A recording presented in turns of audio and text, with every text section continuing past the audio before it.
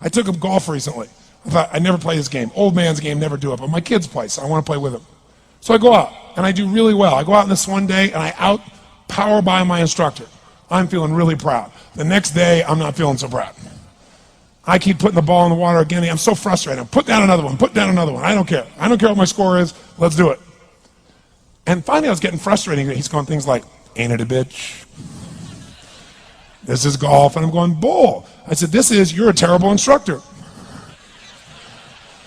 I said, because I should at least be consistent at whatever shitty level I can achieve.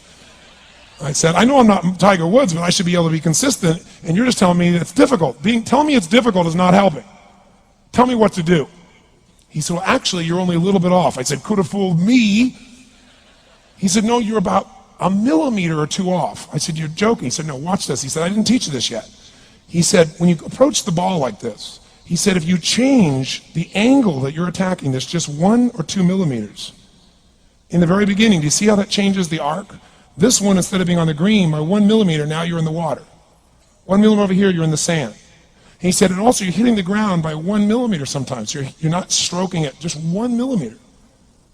I thought, what a great belief system that when all hell's breaking loose and nothing's working, that you're only 1 millimeter off. Because most people think it's impossible, so they give up. Isn't that true? And in real life, it's true. So 2 days later, I'm going to see one of my clients. I do a lot of coaching, and I have a man who's the top plastic surgeon in the world. He's going through some tough times in aspects of his life.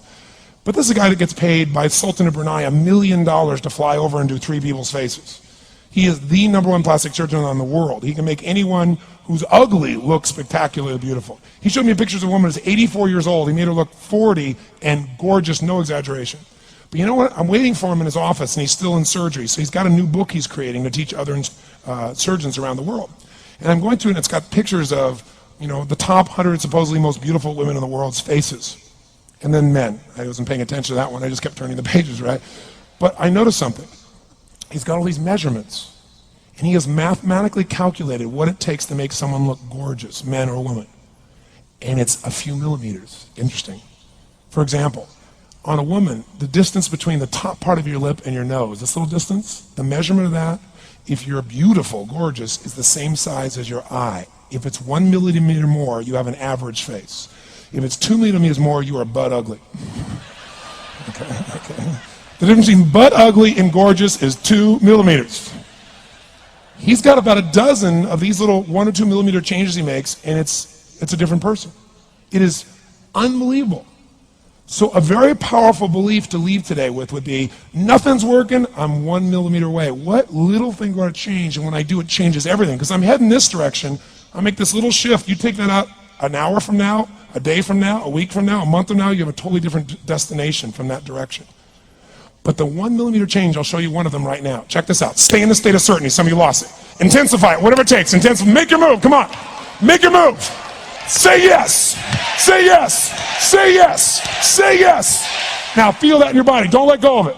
Now watch. Here's the difference between being certain and being uncertain. Did you see that? Certain, uncertain. See if you can find that little spot between the two, where you drop just a little bit of your chest, and you feel it drop, and come back up. And drop it.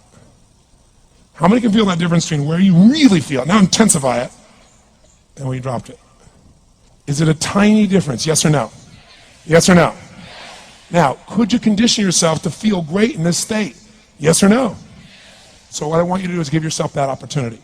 So the way we're going to do is very simple. We're going to go in a peak state. And then we're going to train ourselves. Because guess what? If you're in this state of certainty, and all hell's breaking loose in your life, people can't figure out to go, move, I'll handle it. People go, he's so lucky, he's so confident. No. Here's what I've created for my life, and anyone I know has succeeded. I'm a 17-year-old kid from Azusa, California, with no real education other than self-education, with no background, with parents that did their best, all of them, with no money, but I did one thing. I love people, and I had an enormous demand I made upon myself, and I sculpted my mind and my emotions to get me to do whatever it would take to achieve and to contribute. But to do that, I did it by using my body and changing my focus. I did it by putting myself in a peak physiology and using what I call incantations. Can you train yourself to believe something? Yes or no? Absolutely. How many of you ever made the fatal mistake of going to Disneyland or Disney World, and while you're there made the fatal mistake of going to a ride called It's a Small World After All? What happens for about a week after you're out of that damn place? You're still singing this thing in your head in 24 languages, right? Well, let me tell you something. How many of you have things when you want to go achieve them and this part of your voice goes, oh, it's not going to happen, or forget it? How many got a voice that sometimes interrupts that good pattern? Say I. And what you want to do is train a new one. So starting when I was 17, I started doing incantations, not affirmations. Affirmation, you go, I'm happy, I'm happy, I'm happy, I'm happy, I'm happy. What's the problem? You haven't changed your what? Your what? Physiology. If you don't change your physiology, you won't get anything. So an incantation is not only you speak it, but you embody what you're saying with all the intensity you can. And you do it with enough repetitions that it sticks in your head. Like It's a Small World, now the conversation in your head is always the same and it gives you what you want. So you use your body and your voice. So 17 years ago I started doing things. I was working for Jim Rohn, this speaker, and I was 17 years old. I had long hair, minestrone soup, acne on my face. And I was trying to call on Bear Stearns type of people and convince them why they should go to this man's seminar and be more successful. I was driving a 1968 Volkswagen that I had earned at $40 a week as a janitor.